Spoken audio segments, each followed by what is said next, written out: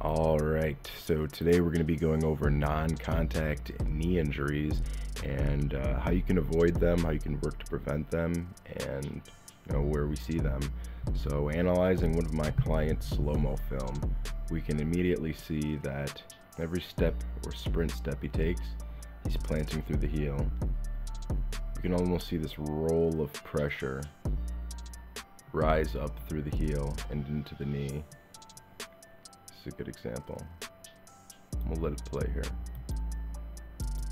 You can see how it almost rolls into the ACL.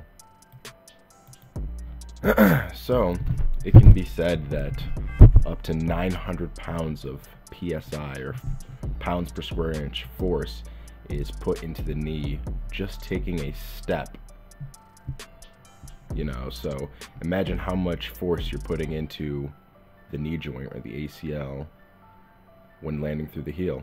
So this is why when I work with clients, we do a lot of toe orientation and almost like neural training to reteach the body to sprint, jump, land, and sit through the toes. So here's an example of an actual ACL injury in a college football game. So right here, this first step, this is ideally how we want athletes sprinting on the field and moving on the field, on the toe, driving through the toe. So if you look at this here, the Achilles and the calf and the hamstring and the quad, this complex is responsible, or this bow is responsible for all of that shock absorption plus the transfer back. So if we just gently go forward, we can see all of that. Lands through the toe and transfers it back with a good flick of the ankle, and that's literally what we're teaching here. That's what we're striving for, trying to achieve. But through different workouts and whatnot, we start getting incorrect movement patterns, which would be here, planting through the heel. So just like we saw before, we see a plant through the heel, and that energy almost rolls up into the knee. Or that pressure, you could say. So let's watch it in slow-mo. Rolls up into the knee. And as we saw before, this is the mechanism for it. So we want to, train the body to not do that. We don't want the body to do that. So, something that would cause the body to do that is doing cones or doing your sprints incorrectly.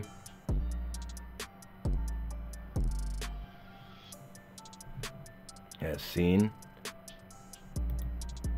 athlete is planting through the heels each step he takes, intentionally and purposefully. So say you do that every single day when you're practicing your cones, and then you go out to do a contact sport and you plant through the heel trying to juke somebody out. That's an ACL tear. That's a lot more strain and a lot more pressure and momentum you built up in a full sprint than in this 2-yard cone drill. So this is where we have to retrain our bodies. And we can see the same thing here in the athlete, sprinting through the heels. And just next to it, I have a comparison of an Olympic sprinter. So you can see the differences here. Planting through the heels and externally rotated as well. So say you fall like this, as seen in one of my other videos. This is also a PCL tear, an MCL strain. So just putting your joints in awkward positions, or the positions that they aren't naturally supposed to be in. And we can compare that to the sprinter's sprint or gait. Nice and in line, transferring the energy with the flick of the heel. And we can almost see that the athlete on the left, his heels are almost going in the wrong direction. So a good way I like to break it down for clients and people I'm trying to explain it to is the difference in this and this is every step that this athlete takes, he has to recreate all of that energy because it's not being stored, or it's not being stored as efficiently or as well as the Olympic sprinter. So you see he takes his right foot right here and lands all of that pressure into the ground. Whereas the Olympic sprinter,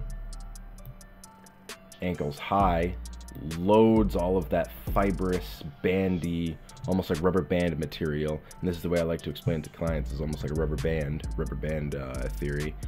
Loads all of that fibrous material and shoots it, rockets it back. And this is energy efficiency.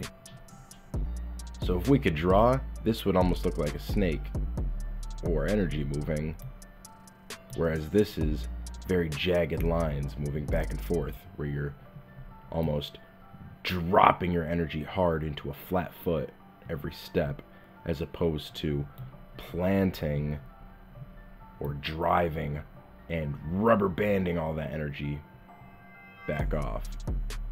So this is just a basic exercise that me and my client were working with. They're called phase jumps or phase box jumps.